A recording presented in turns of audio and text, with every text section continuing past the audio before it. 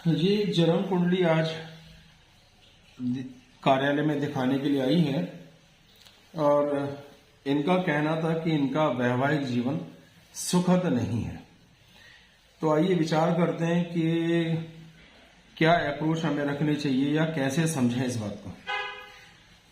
बिल्कुल बेसिक तरीके से चलना है। जिसकी कुंडली है पहले उसको देखना है ना। अब हमने देखना क्या था इसमें देखना है वैवाहिक जीवन का सुख।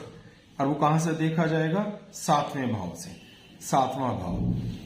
तो 7वें भाव की स्थिति पे ध्यान दीजिए। 7वें भाव की राशि है कुंभ और कुंभ राशि से इस राशि का स्वामी बना शनि। शनि लगन में बैठा है पहले घर में, शत्रु राशि में। लेकिन चलित कुंडली जब देखते हैं तो शनि 12वें घर में चला गया। तो हम चलित कुंडली को ही लेके चलेंगे। तो शनि 12वें घर में चला गया तो जो स्वामी हम जानते हैं त्रिक भाव में गया, 6ठे 8वें 12वें भाव में प्रभाव करेगा, वो खराब प्रभाव करेगा। या एक शब्द होता है खो गया, 12वें घर में खो गया, व्यय हो गया, खर्च हो गया। तो अगर सुख नहीं मिला, अलग घर में पति रहते हैं, अलग जगह पति चले जाते हैं रहने के लिए, तो सुख नहीं मिल रहा। एक लिंक बात समझ में आई। अब आती है हमें देखना है यहां दृष्टि किसकी है, क्योंकि मंगल यहां शिफ्ट हो गए तो उनकी दृष्टि नहीं है, राहु की नहीं, किसी भी ग्रह की दृष्टि नहीं है, न बृहस्पति की न मंगल की। जन्म कुंडली में दिखता है ऐसा, पर है नहीं। तो सप्तम भाव खाली है। सप्तम भाव का स्वामी शनि 12वें घर में चला गया अब तक। अब भावात भावम होता है सप्तम से सप्तम, 1 2 3 4 5 6 7, यानी लग्न को देखना है। अब लग्न की स्थिति क्या है? सबसे पहले लग्न में देखना है लग्न भाव। तो लग्न भाव की स्थिति यह है कि यह खाली है, इसमें कोई ग्रह नहीं है और लग्नेश सूर्य कुंडली के 6ठे त्रिक भाव में है, अपनी शत्रु राशि में। तो अभी तक दो बातें समझ में आ गई कि दोनों भाव खाली हैं और दोनों ही भावेश त्रिक भावों में, 6ठे 8वें 12वें भाव में है, जो एक खराब स्थिति है। ओके, और आगे बढ़ते हैं। इसके बाद हमने देखना होता है कि इस भाव का कारक कहां है। लग्न का कारक होता है सूर्य, जो 6ठे भाव शत्रु राशि में आ गया, ये खराब स्थिति है। सप्तम भाव का कारक होता है गुरु, केंद्र में है पर राहु से दृष्ट है। इस तरीके से समझ लीजिए कि उस पर राहु की दृष्टि यहां पड़ रही है, तो ये कारक भी थोड़ा सा कमजोर हो गया। और नवांश कुंडली में है कारक अपनी शत्रु राशि में है, इसलिए दोनों कारक भी कमजोर हो जाते हैं। चलिए अब बात आती है किसी भी, जब हमने सुख देखना है तो शैया सुख 12वें घर पे बड़ा ध्यान देना जरूरी है, क्योंकि वो शैया सुख का है, वैवाहिक जीवन के सुख का आधार है। और शुक्र ग्रह, दोनों बातों पर भी ध्यान देना जरूरी है। ये रहा शुक्र, सूर्य और शुक्र एक साथ हैं, नवांश में भी एक साथ हैं। इसका मतलब इनके बीच का डिग्री डिफरेंस 3 डिग्री 20 मिनट से कम है। इसे पूर्ण अस्त कहते हैं। शुक्र पूरी तरह डूब गया। शुक्र ने वैवाहिक जीवन का सुख देना था, वो तो कमजोर हो गया, 6ठे भाव में होने के कारण भी, अस्त होने के कारण भी। अब बात आती है 12वें घर की। 12वें घर में एक पापी ग्रह है शनि और 12वें भाव का स्वामी चंद्र तीसरे भाव में है।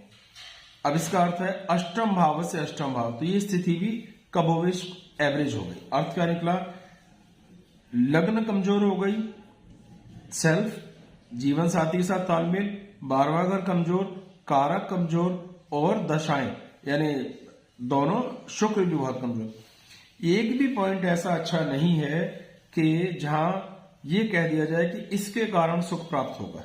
अच्छा, इनकी दशा 29 मार्च 2003 से 29 मार्च 2022 तक शनि की चली।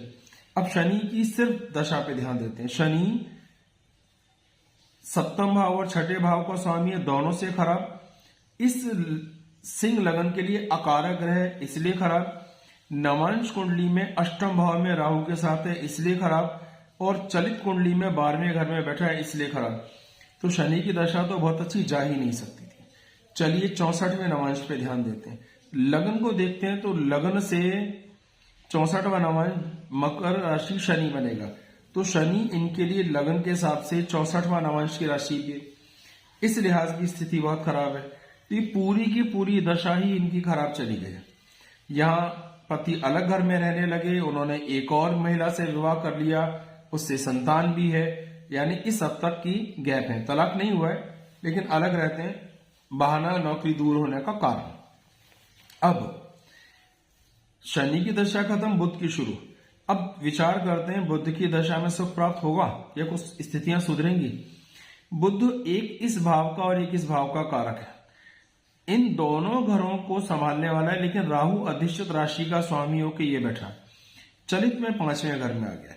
तो बुध की थोड़ी सी स्थिति ठीक है, लेकिन बुध क्या कर रहा है, राहु अधिष्ठित राशि का स्वामी है और एक राशि में मंगल अपना प्रभाव कर रहा है। दो पापी ग्रहों को प्रभाव को दे रहा है और जन्म कुंडली के 5वें भाव में बैठा है और इस पर मंगल की ही पूरी दृष्टि भी पड़ रही है। मंगल की दृष्टि का ज्यादा इफेक्ट नहीं। कुल मिलाकर बुध की दशा भी कोई बहुत शुभ फल देने वाली नहीं है। इनकम बढ़ा सकती है, बुजुर्गों के साथ, कुटुंब के साथ तालमेल ठीक कर सकती है, लेकिन वैवाहिक जीवन को कहीं से भी ठीक करती दिखाई नहीं देती। तो स्थिति यहां साफ दिखाई देती है कि लगभग पूरा जीवन इनका पति से वियोग में, पति से अलग रहने में ही कट गया। इतनी खराब स्थितियां कैसे होती हैं जब कोई भी बात कई बार रिपीट हो जाए, जैसे दशा से बात आ गई, 64वें नवांश से बात आ गई, भाव से भी स्थिति खराब, लगन से स्थिति खराब, कारक से स्थिति खराब। जब इतनी सब स्थितियां खराब होती हैं तो ऐसा होता है। एक बात ये हो सकती थी कि इतना ही खराब था तो तलाक क्यों नहीं हुआ, ये खाली है, ये भी खाली है और नवांश में तुला लग्न और शुक्र अस्त, लेकिन बृहस्पति लग्न में बैठा है, इसलिए तलाक नहीं होना था। तलाक हुआ ही नहीं, लेकिन सारा जीवन पति से अलग रहा और एक और पत्नी भी अब इनके पति के पास है और उससे संतान भी है। तो इस उम्र में आके अब दोबारा क्या तालमेल होगा। तो आपको ये बात समझ में आई कि कैसे इसको देखते हैं या ये अप्रोच कैसे होता है।